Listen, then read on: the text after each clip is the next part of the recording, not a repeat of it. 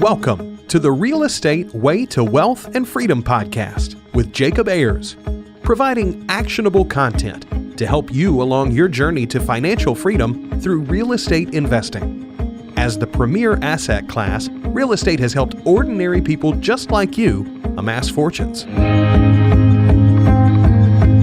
The benefits of passive income from real estate investing will allow you to live a life you want.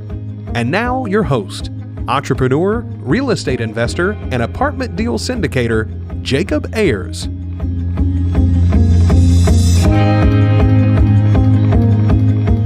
Hi, and welcome to the Real Estate Way to Wealth and Freedom podcast. Hi, I'm your host, Jacob Ayers. Welcome back. Hey, thanks so much for tuning in. I'm so glad you're here.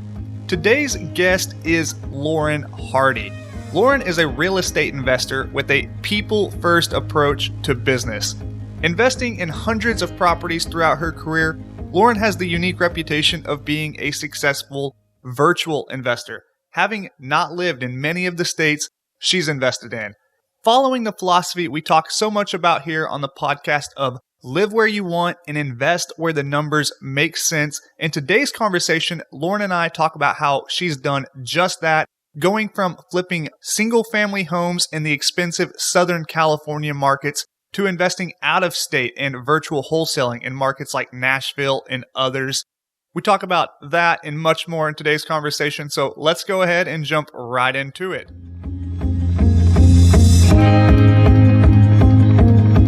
All right, today I welcome on the show Lauren Hardy. Lauren, hey, thanks so much for joining us. Hey, thanks for having me. It's our pleasure. Well, hey, Lauren, you and I were just chatting before the show, so let's catch up the audience members on exactly who you are, what you do, your background, all that good stuff. Awesome. So, who I am, my name is Lauren Hardy, and I live in Orange County, California. I am a real estate investor. I've been investing for 8 years. I started out as a house flipper, and I was flipping houses in my backyard here in Orange County. My market territory at the time was like OC, LA, Inland Empire. And when it started getting expensive here, when prices started creeping up and it got very difficult to find deals at the spreads that I really wanted to get them at, I started investing out of state. So now I am 100% out of state. They call that virtual investing. And I actually have a coaching program and I teach all things virtual investing. So investing out of state when you can't invest in your backyard.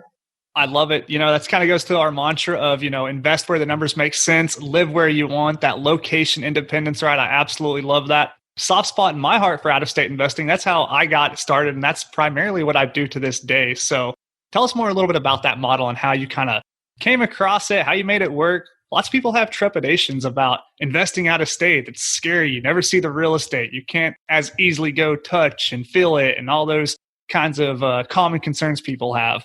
Yeah, no, I mean, I get it. I went out of state out of necessity. If I would have stayed in California and kept trying to do deals here, I wouldn't be in this business anymore.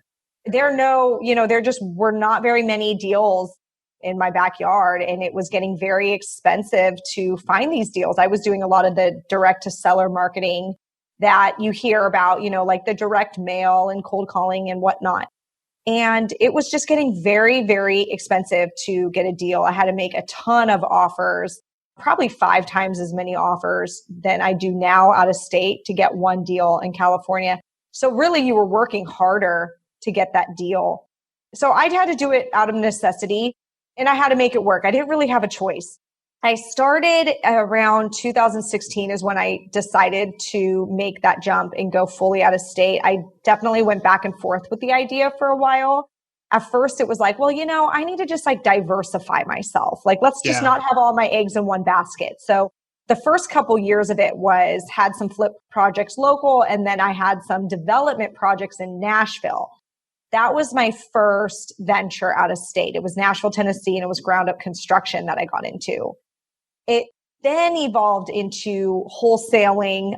With the ground up construction that I was doing, I realized that wholesaling lots was the thing to do there. You were finding old homes, knocking them down, building 2 or 4 in their place. Yeah. So, I started doing some direct to seller marketing, looking for deals, to wholesale to other investors in Nashville. And then I kind of just fell into the, volume wholesaling operation. And yeah, kind of the rest is history. I did get out of Nashville because Nashville became very competitive. If you know anything about what was going on in Nashville, like it was insane at that time. Like everybody was getting into buying houses in Nashville and flipping and building new builds and whatnot. I want to get into that wholesaling by volume model in a second, but just to bring up a point, one's default market usually to get started investing is their backyard, their home market, where they live, where they know, where they drive around every day, right? And if they're going to invest out of state, that leads to the question of where then? If your opportunities are endless, do you invest in Fargo, North Dakota, or Orlando, Florida, or Nashville, Tennessee? It's like, well, that's why so many people choose to invest in their backyard because they know it. But if you're going to invest out of state, how did you come up with, where to invest in and what kind of metrics did you look at? What drove you to those markets? Can you talk about that? Yeah. So at first, this is like tons of trial and error and I made a lot of mistakes, let me tell you. So the first mistake was just like picking a territory based on this sounds like a cool place to visit. Like yeah. Okay. That's all that went in. Yeah. All that went into it. I want to visit Nashville and I do have a soft spot for the South. I have family, in South Carolina. So that was all the thought that I put into it at that time. Obviously, I learned from, that maybe it wasn't the best idea going into a market that was like at the time, the number one real estate market in the country. At that time, a lot of people would compare Nashville to like an Austin, Texas. Mm-hmm. It was heating up and it became very competitive. I ended up competing with like people that were local. Like, so for example, I was virtual talking to these sellers on the phone, trying to convince them to sell me their home. They would take my offer, walk outside of their door, go to the nearest construction site, which was 3 steps away, and bid my offer up. And then it was like that easy that they could get, a higher price. So I recommend not going in a territory that is like right now in some huge growth spurt. So what I ended up doing, I left Nashville and I went for a more balanced market. Markets that are not in the news for any particular reason. Yeah, those are the ones we like the most, right? Yeah, the one, there's not like a TV show like that just, started there or is based off of there, like just a normal middle America area. So I picked some Midwestern market. Okay, yeah. So rather than kind of looking at those qualitative places, like where would I personally like to vacation, you start looking where those quantitative metrics make a bit more sense, right? Price points, rent to value ratios, all those things. So that started coming together. Where did you kind of move to after that Nashville market and why? Oklahoma. No way. That's my home state. That's my soft spot. Don't tell anybody about that place, by the way. Yeah, but I went to Oklahoma. I did not know that. Yeah, Midwest markets. I like Midwest markets. Yes, you mentioned the rent to price ratio. I think that is a very big indicator for a good balanced market. So in California, for example, your rent to price ratio is stupid. It doesn't even make any sense. Like you can rent I don't have a calculator on me right now, but you can rent like an $800,000 house for like $3,200. Yeah. As opposed to if you're needing to hit maybe that 1% rent to value ratio, that would be an $8,000 a month you would need. Yeah. So theoretically, if it was 1%, I should be renting for $8,000 a month, not $3,200. Yeah. So I love markets that meet that like 1% or a little bit better. Yeah, absolutely. Well, coming from experience, I know that you can certainly get those numbers in the Oklahoma market. I don't want to talk too much about the market. I don't want to draw attention there, but Well, believe me, there's enough competition there. I think, and I've noticed it's funny with the platform you have, all it takes is you mention, where you are and everybody assumes, oh, well, that must be the virtual market. So I host a podcast as well. And I'm known as being the virtual investor. And a lot of people think, oh, well, that just must be the virtual market, the one she's in. And I go, you guys, every market, there's so many markets that can be a good virtual market. I would suggest picking one that is not super competitive, that you don't hear that, a major like a guru is in making all this money or whatever, like don't chase that. Don't just go because someone else is there, Plenty of great places in the country to invest in that meet that like 1% rent to price rule. So there are a lot of hurdles that you have to overcome investing out of state as opposed to investing in your back market. Some of those, are, developing a remote team, right? Being able to remotely close on properties and remote property management and those things. So talk about those pieces and how you incorporate those in your investing kind of philosophy. Right. So having a team, having the right people on your side is very important. It'll make or break you. So I do really rely on boots on ground. I like to recommend everybody start out with a good JV partner. I mean, the joint venture partner, if you guys don't know what that stands for. Somebody, if you are, say, wholesaling, somebody that can do everything that would require like you to be there. So like more of the disposition side, you can do a lot of the acquisition where you're at. So I do all that. Like my team does everything acquisitions on the phone in California. Right. We get contracts signed, like up to the contract being signed. We do it through DocuSign. It's all done in California over the phone. But then now and we're primarily wholesaling. So, walking buyers through, getting a lockbox on the house. Sometimes if the seller will allow it, or meeting the seller to take photos. That is, I would say the first person you go to is a good joint venture partner who can handle that with you. After you do maybe 5 or 10 deals with that JV, you might feel more comfortable building your own buyers list. And I have this position, I call it a runner. I don't know where I came up with this term, but basically it came from an errand runner.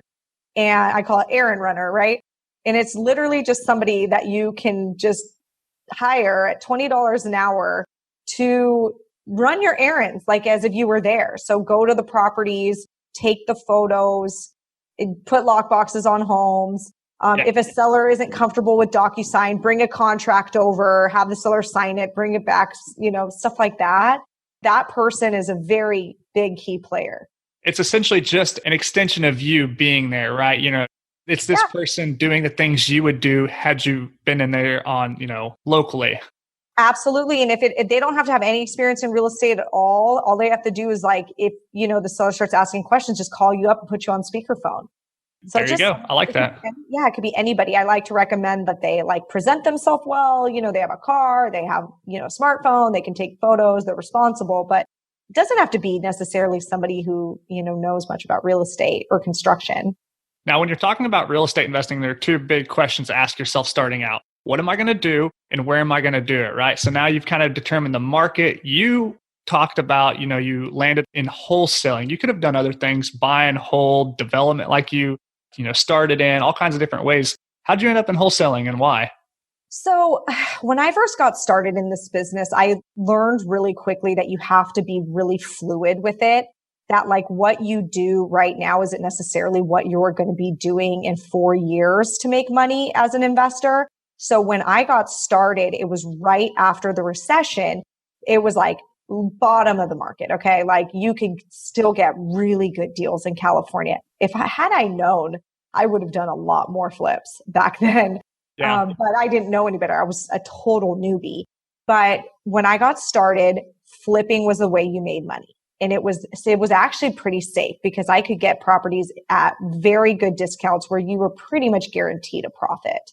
When the market started changing and, we have an educator out here. His name's Bruce Norris. He's in California and he talks a lot about like the quadrants of like 4 quadrants of the real estate cycle. So like quadrant 1 was like right after the recession prices or, at the bottom, or maybe he thinks maybe it's quadrant 1 is the recession. Okay, and then like going down, and then like quadrant 2 is like you hit the bottom. Quadrant 3 is like a really great time because it's like property values are going up as you're holding them, you know? And then quadrant 4 is where we are now, where prices seem to be at the highest point and your hairdresser wants to get into flipping houses. There you go. Or she is actively flipping houses, right? Right. And this is in quadrant 4, which we've been in for a while. We've been in this quadrant for like a few years in California. I got the recommendation early on because Bruce was one of my, mentors. I followed his, podcast, his newsletters. He always said, go into wholesaling in quadrant 4. Yeah. Because Okay. you don't want to be caught, dancing and the music stops, right? You don't want to be caught with 10 flip projects and now there's an adjustment and you're holding on to them.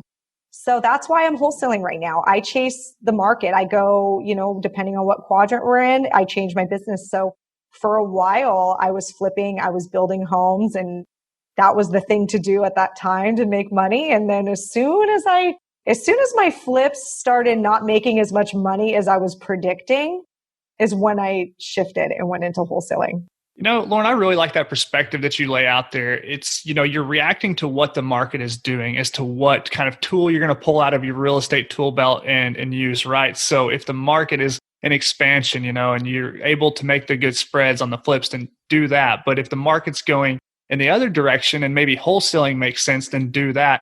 You see so many people trying to, kind of always use the hammer on the screw, right? And it's maybe not working in their market or in that exact location or with that strategy or whatever. So I really like that kind of approach you bring to it. Yeah, I'm very fluid. I go with it. It's like that Who Moved My Cheese book. You just kind of, in our business, like you have to go with it. I do think that people get stuck because they get like afraid to try something new. They get kind of complacent with, well, I'm used to wholesaling and this is all I feel like doing. Or flipping is like, that was my thing and I don't want to wholesale. Well, unfortunately, it might be kind of hard for you if you have that mentality. Yeah. And even in a buy and hold world, that's predominantly what I do. Sometimes it's hard to buy and other times, it's easier to buy. So, sometimes your business might be a little stagnant or you're maybe paying more than you want to for a property because you're taking that same strategy and applying it all the time, right? So, there's times when it works better, times when it doesn't work as good. If you want to maximize kind of your efforts, you got to match what the market cycle is doing. Right. And what I noticed is that every time I had to adjust, and do something different in the last 8 years, it doesn't take that long to set your business up. It maybe takes about 4 straight weeks of like, okay, I have to shift my efforts. There's an education portion of it where you need to sort of educate yourself on, okay, now what am I looking for? Now what is, like I went from, house flipping in Southern California and I knew the numbers and I knew the construction numbers and I knew, what to say to a seller and what to, go to the seller, meet a seller in person, kind of look at what parts of the home. And then I had that whole process. I had my contractors I liked and, I even had like the materials I like to use and things like that. Right. And then it was like, well, you need to diversify out of state. Like, how are you going to do that? Okay. Well, it took me like a month. I, really studied Nashville. I studied how other builders were making money. I got some good it took me a month of getting the architects, getting the lenders, the construction loans, figuring out how to get a construction loan, figuring out what builder I want, picking out, the design of the homes and figuring out zoning, just stuff like that, right? That took me about a month. It didn't take that long. It wasn't like I had to, take another year and figure it out. It took me like maybe a month to kind of get like, okay, this is what we're doing now. Then it went to just wholesaling in the Midwest. Yeah. That was a little, okay, that one, funny enough, was actually, I would say like my most difficult, where I actually had to hire like a mentor. I paid someone $1,000 a month to just talk to me because I was like, I'm doing something wrong here. Like, I'm not understanding the numbers. I'm not understanding a rental market. Yeah. I think you could like probably, because it sounds like you're familiar with these markets. Like I was doing like looking at them like a flipper would, and then my offer price would be like $30,000 on a home that a landlord buyer would actually had paid like $75,000. And I did not understand like why someone would pay 75 when like my flipper numbers were saying I should offer 35. So I had to like relearn how to comp properties out in a rental market and what those types of buyers are looking for, what type of numbers make sense. Again, it took me about a month. Once I hired the mentor, it was like a few phone calls of like, oh, okay, this is what I'm doing. Yeah. I got it. Like, so just, it's like being fluid is really not that hard. every market, every strategy has its own nuances, right? And sometimes, you've got to overlap with those different strategies. You might be competing with those home flippers or trying to sell to a buy and hold investor or whatever it might be. But you've been able to kind of figure out how to kind of quickly adapt and pivot. What do you attribute that to? Because, for me, I feel like I've got my wheelhouse. And if you said, hey, Jacob, you've got to go do a new development, I wouldn't know where to start, So like, how do you attribute, your ability to kind of pivot and change directions quickly and efficiently? I think that's probably more of a key personality trait than anything else. I've been known to be pretty, resilient and just having to be open-minded about things and willing to just do whatever it takes. I do have very much of a whatever it takes mentality. So like, I'm not going to quit and just go get a job. What's the alternative? Go get a job, right? So I always look at it like, well, you could either make this business work that you chose to be in and pivot and adjust, or you could just like go back to getting a job. And I don't want to get a job. So it's just a make it happen attitude. Make it happen attitude. Yeah. Now let's talk about your kind of like motivation and drive. What got you into this? Why are you doing it? You live in a beautiful state, Southern California. You probably don't want to be jumping on flights to Oklahoma or rural America as often as you might find yourself doing. What's kind of driving you to do this and build this businesses and do all it takes to do those things? Well, originally I got started. It was not for money. It was for time freedom. When did I think I was 25 when I started looking into this business. And I'd had a young daughter. My daughter was like 1 year old and I had a baby on the way. And I was working a full-time corporate job. I was like seeing my daughter like an hour and a half a day and paying a ton in childcare. And I had another baby now on the way that I'm only going to see another hour and a half a day, and I just felt like there's no way to raise a child. At the time I was married, I'm actually a single mom now, but at the time I was married, and my husband at the time, he worked a corporate job as well. So like we were both really split. Like we had no time. Like if, our daughter Reese got sick, like we'd have to like Rochambeau, who's going to like call in sick for work to take care of her. It was really challenging. So we both knew one of us had to do something where we could work from home and have more flexibility. So originally it was just this idea of like wanting to be able to pick up my kids from school one day, wanting to go to the park on a Wednesday at 10 o'clock in the morning. Those were my dreams. It was never really about making a ton of money. But then it's like it evolved into something I could never in a million years, if you told me that 8 years ago that I would be where I'm at today, I would never had believed you. It just evolves and snowballs again. And maybe that's something with the being fluid and just I've moved around and I would get opportunities and I always said yes. And it's turned into like some really cool stuff in this business that I got to be a part of. Oh, that's awesome. So many people can, make excuses for themselves and they might say, I live in an expensive market, or I'm a single mom raising a couple kids, or, I have this hardship or this challenge or, whatever, this reason why, but you didn't let any of those stop you. In fact, it drove you to do what you did. So I find that really interesting. And I just, want to call it out to, motivate and inspire the audience members who, are maybe living in that expensive market or have that kind of challenge in their life that, they can do this thing. Yeah. Yeah. I think a lot of it really is, like a personality trait, because I coach, other students as well in this business, and I coach virtual wholesaling. And I got, I'm meeting different people with different personality types and seeing, how some people just the littlest things push the brakes on their life and everything. And I was actually writing some content myself. I do these videos and YouTube videos. And I was writing one because I thought about it. I thought, in 8 years, there's never been not 1 week where my company didn't send out offers to sellers on homes. Every single week, that's like all we did every week. I never took a week off.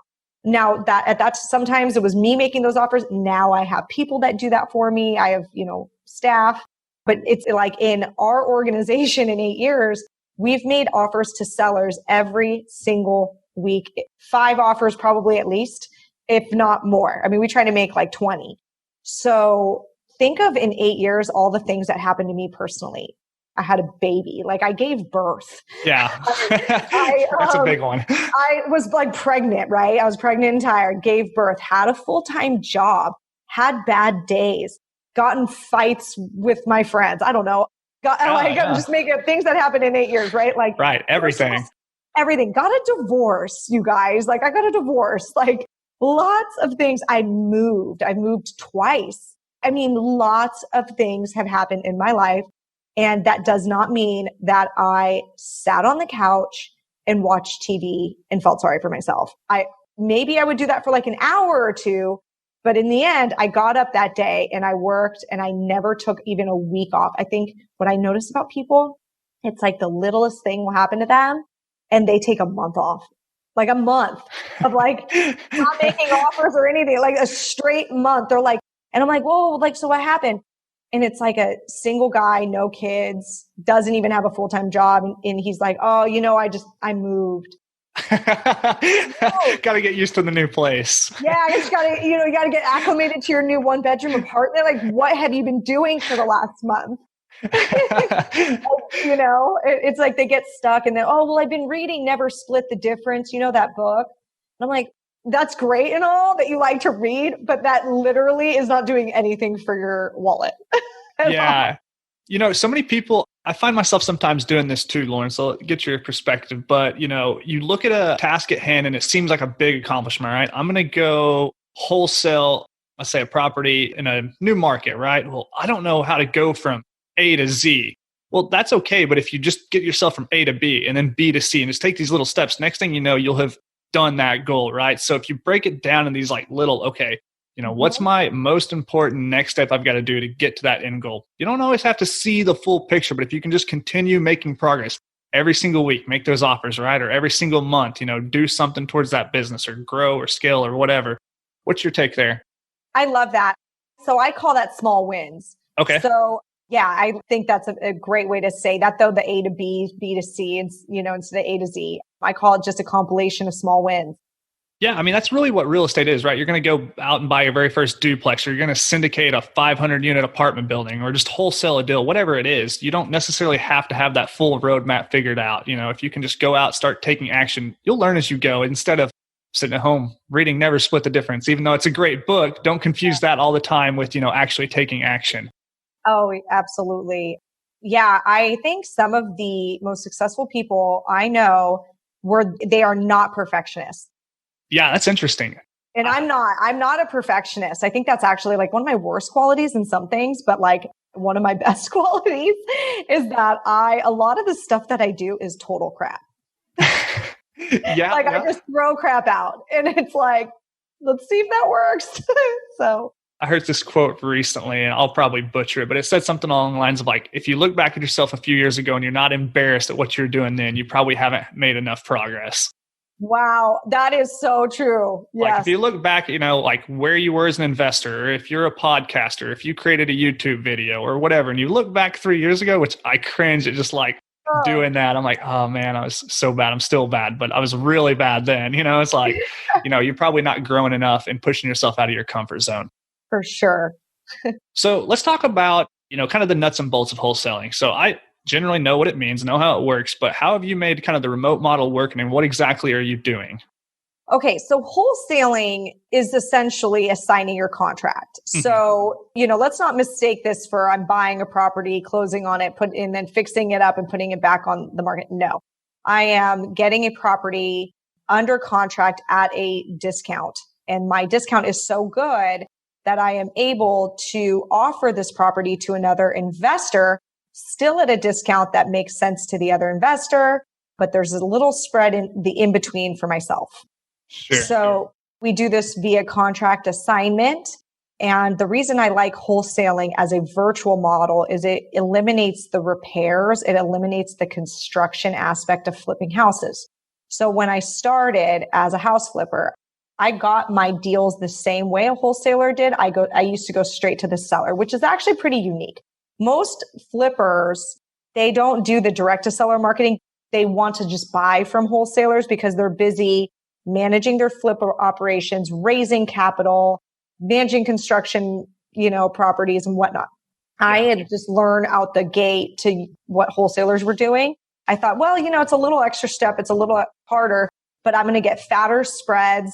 And then I'm going to have the option to wholesale, which I kind of liked being able to wholesale one here and there, just in case, if I felt unsure about a flip I bought, I would wholesale something just to even it out. Yeah, sure. So the thing is I tried flipping houses out of state. I did. And I was doing it on my own. I didn't have a joint venture partner. I was doing it on my own, and I was just getting managing hosed. your own contractors, working with agents. And I was getting hosed, because I wasn't there and the contractors knew it. And it was very difficult to manage a flip project from across the country. The contractors were just taking advantage of me. It's funny because ground up construction is actually easier than flipping a house when you're not there. Because ground up, there's no change orders. We started with dirt. So how could the contractor have gotten it wrong? So ground up was actually easier. It was the flipping, buying an old home that we took this out and we noticed that this pipe is this and that. And, and you're like, why didn't you see that when you first inspected? Is that even there? Or are you just making that up?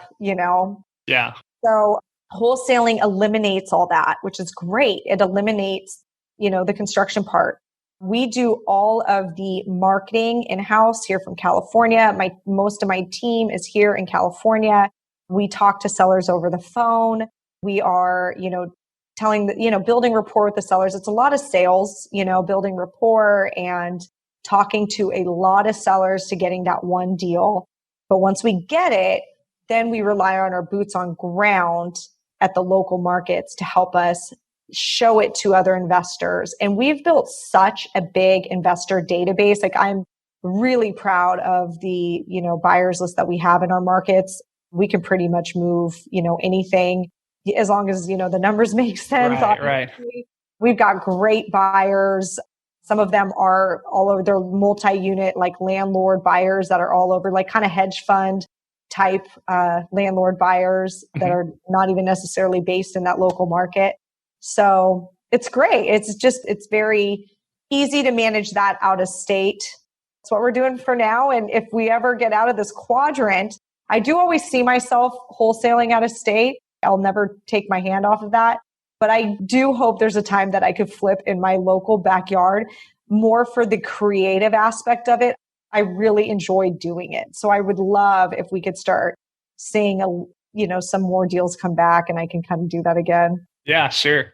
Talking about that wholesaling model, Lauren, that end buyer is typically a real estate investor. Are you always assuming that person is a flipper, or could they be a buy and hold investor? I know the numbers kind of have to make different sense on one strategy versus the other. What's your targeted end buyer there?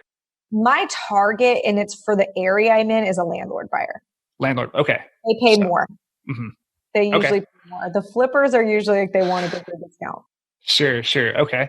Now, wholesaling kind of has this reputation as a strategy that's easy for new real estate investors to get into. They can kind of get into it for little to no money, just kind of do that hustle mentality, getting something under contract, flip the contract to somebody else, make some quick cash, right? And it's I see some merit to it. Do you agree with that? Do you think there's more to it? Or is it, a model that people can get into pretty easily? I like to call it the gateway drug of investing, because it is what you could start out with and not have a lot of, if you don't have a lot of money, it is a good way to get started. And then, it opens up some doors for you. You might get interested in house flipping. It is a great way, or, buying rentals. It seems like it might be mildly addicting. Mildly addicting, right? So yeah, no, it is. It definitely is. I would say people think it's easier. What I've noticed with my student base is if they're totally green, they do think it's easier than, they don't than it is, and it's still work, it is still work, the sales aspect, the marketing aspect of it. I think a lot of people don't realize that really you're just sales and marketing expert. That's really what you are. And if you can kind of put that in your head, you could do that in any type of industry. Sales and marketing is something that every industry needs and uses. So it's very sales and marketing intensive. And I think a lot of people don't realize that. I think they still kind of have the HGTV vision. Yeah, sure. Yeah. One thing that draws me to the wholesaling model or this virtual wholesaling model is that virtual component. I like having that location independence. I'm an out-of-state investor primarily myself. So I like, having the ability to have those properties at arm's, bay, so you're not tempted to have to drive by them every evening after work or, kind of worrying about them there in another state. And you have to set up processes and systems to, automate those and keep those kind of running themselves without you physically going to be there every single day. For sure. Yeah. I do wonder if because I'm so removed, that's maybe why my stress level is pretty low actually, because it's not in my backyard. Now, do you ever have any kind of a plan to do more buy and hold, or is that just kind of dependent on the market and the cycle and all that?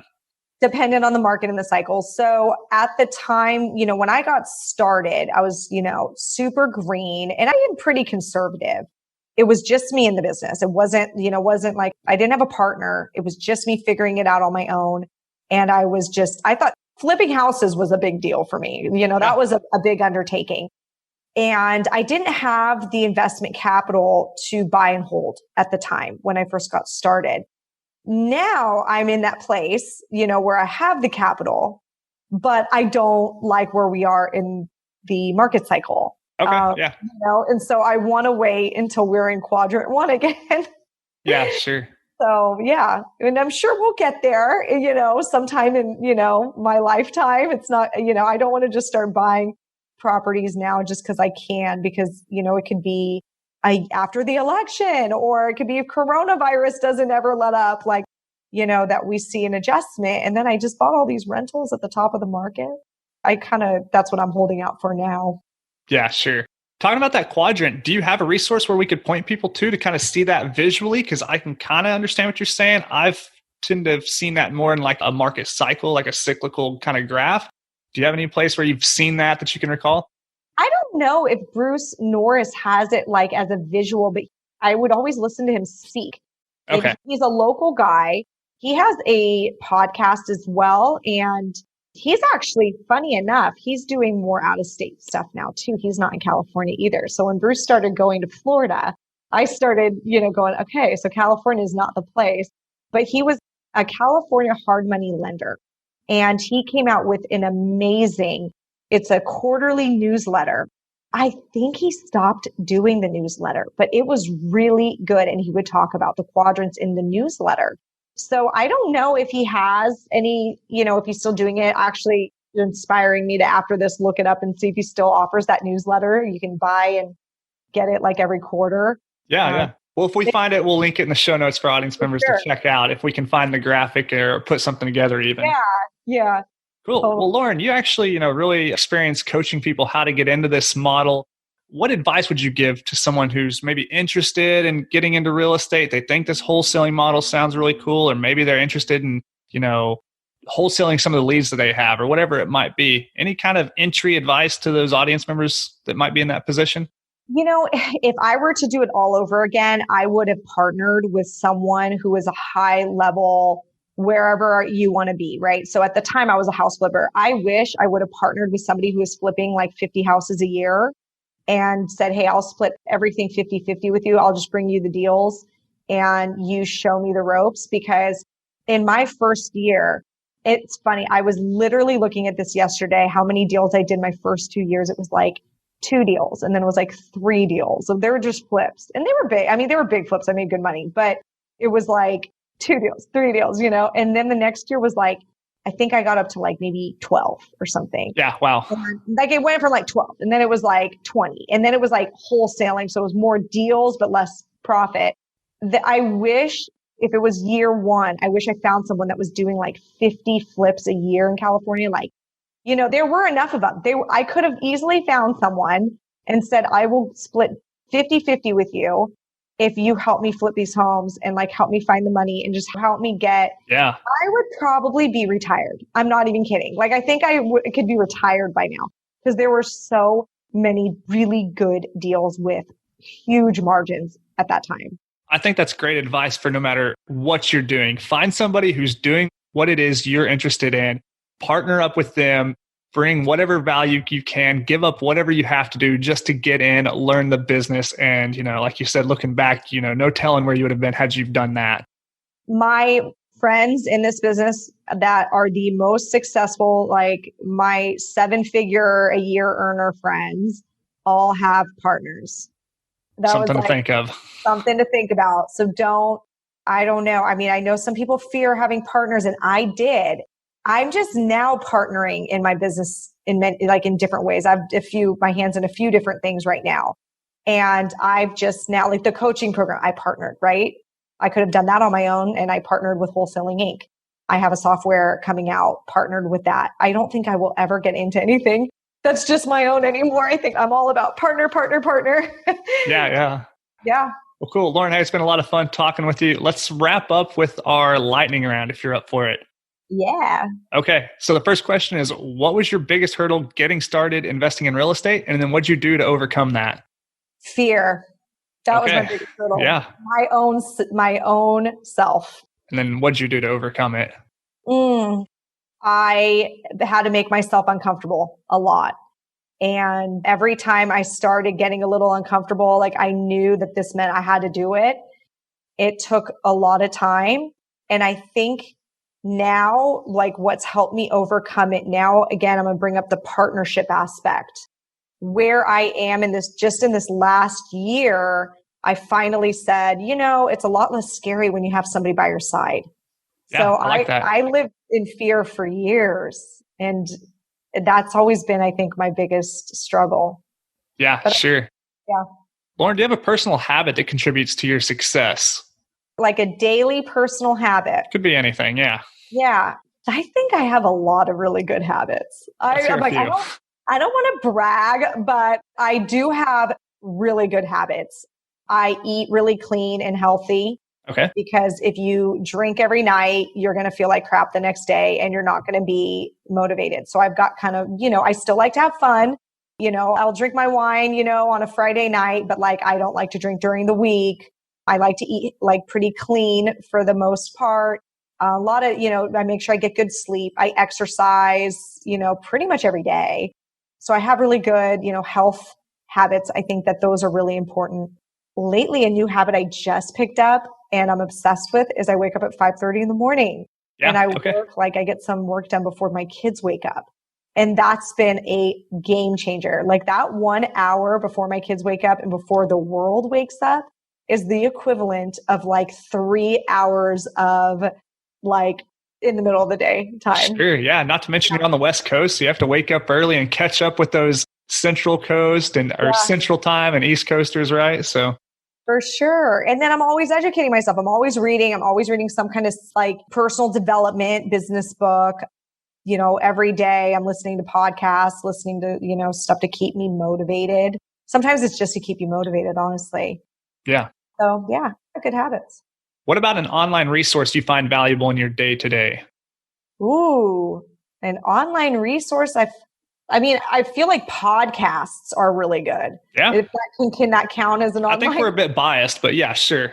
Yeah, right? No, we're a little bit. I think podcasts are really great for like motivation. Like I feel like whenever I'm feeling like I need my battery recharged a little bit, like I'll go on like Ed Milet and listen to him, or, I don't know. I think that those are really great to like keep your head in a good spot. Yeah, totally agree, obviously. Yeah. Well, Lauren, what book would you recommend to the listeners and why? I always recommend the same book, The Compound Effect by Darren Hardy. Oh, okay. Yeah. I think that's just a really good like mindset book. It teaches you that the little habits that you have, the habits and choices that you make every single day don't seem like they end result as much, by the end of the day. But compounded over years is, it's unbelievable how much those habits and choices they could take you down or they can take you, like a rocket ship, up. So for me, like the last 8 years, I read The Compound Effect early in my career.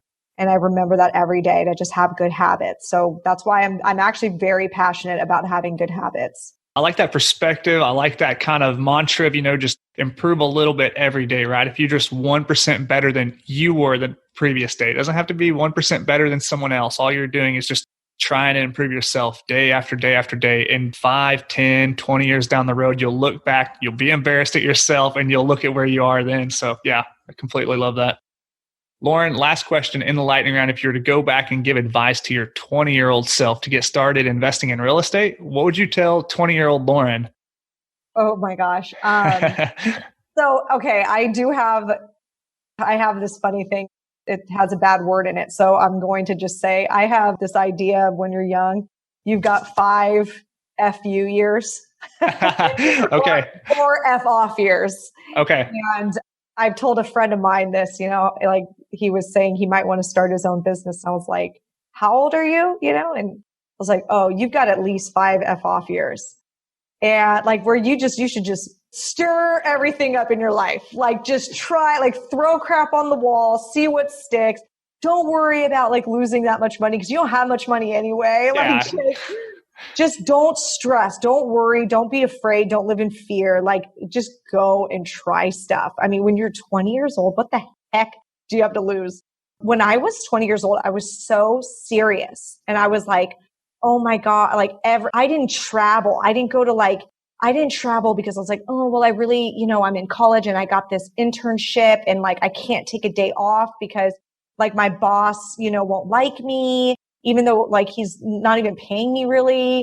But like, I was so responsible. And I wish I would have actually been less fear-based, less responsible, which is like the 34-year-old in me now. I'm having way more fun in my life. I travel more. I do more like fun. I take more risks. I wish I would have done that when I was younger. I really like that advice. It's unique. I completely agree with you. When I was 20, I was being a bonehead for sure, but I took myself so seriously, right? Like I had all these things I thought I had to do, study hard, get good grades, get that internship, like you said. And looking back, like I didn't have any money to lose. My time wasn't that valuable. It was like, I wish I would have taken more risks, taken more shots at things, but for sure. Yeah. 5 F off years. That's what I call it. I love it. I love it. Well, that's cool. You'll have to kind of coin that term. We'll attribute it to you from now on. But well, hey, Lauren, it has been really fun talking with you, kind of looking at your journey and how you were kind of in a market where things weren't always working the way you wanted them to. So you pivoted, you went to new strategies, new markets. You constantly have kind of been tweaking things and you've been able to build what you've built. And it's really awesome to see that. It's inspiring to many people out there. I'm sure you're actually kind of full circle going back, teaching people to do exactly what you did. So tell us a little bit about that. So my coaching program, is that what you're asking? Yeah, exactly. Yeah. So I was approached by Wholesaling Inc. earlier this year to become a coach with them and teach virtual. They saw there was a need. A lot of students were coming from New York, Miami, and Seattle, LA, OC, Bay Area, like high price markets where real estate investing is really tough to do. And they needed someone to teach them how to do it out of state. So like the rest of their programs, those students could then do the rest of the Wholesaling Inc. programs. So they approached me and asked me to be a coach. I never in a million years thought I would coach ever. Never thought I'd have a course. Not ever was that in my head. But I wanted to do something different. I was like, this might be entertaining. I've been kind of doing the same thing for 8 years. Let's try this out. So I created a course. It's an online coaching program and it comes with 6 months of coaching and it's called Virtual Investing Mastery. If anybody wants to look into it, it's virtualinvestingmastery.com. But if you just want to learn a little bit more about me and like my style of coaching, I've got a bunch of free content if you went to This Mom Flips on YouTube. So look for my YouTube channel. Yeah, that's an awesome channel there. I was checking it out this morning. This Mom Flips. I like it. Yeah. So I got that name for my flipper days and I have not let it go. So and on Instagram, I post, tips and things like that. This Mom Flips is my Instagram handle. So awesome. We'll tag all the social media and contact information in the show notes. And one more time, what was the website for the wholesaling? Virtual Investing Mastery. Got it. We will link that in the show notes. Hey, Lauren, it was so much fun having you on. As we're wrapping up here, is there any parting piece of advice that you'd like to leave with the audience members? Oh man. Well, guys, piece of advice, learn the quadrants, learn a thing or two because we're in a funny time. So Definitely so. yeah. Well, Lauren, hey, thanks so much for coming on the show. Look forward to having you back on in the near future, maybe on the next quadrant of our time. Yeah, totally. Awesome. Thank you. Thanks, Lauren. Take care. You too. Bye.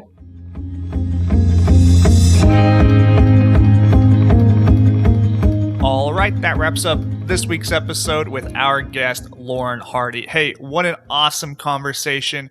If you are one of these people who are in maybe an expensive market where the rental numbers just don't make sense, or you have some other obstacle or challenge in your life, I hope that Lauren's story provides inspiration and motivation for you to overcome those challenges, do the things you have to do to make this real estate investing thing happen for you. For all the resources and everything else we mentioned in the podcast, you can always find those in the show notes. As always, for more information, resources, and to connect with me, you can do so at www.jacobayers.com. Until next week, engineer the lifestyle you want. You've been listening to the Real Estate Way to Wealth and Freedom podcast, providing you actionable content to build your real estate empire. Nothing on this show should be considered specific, personal, or professional advice. Please consult an appropriate tax, legal, real estate, financial, or business professional for personal advice. The opinions of guests are their own. Information is not guaranteed. All investment strategies have a potential for profit or loss. The host is operating on behalf of the Real Estate Way to Wealth and Freedom, LLC, exclusively.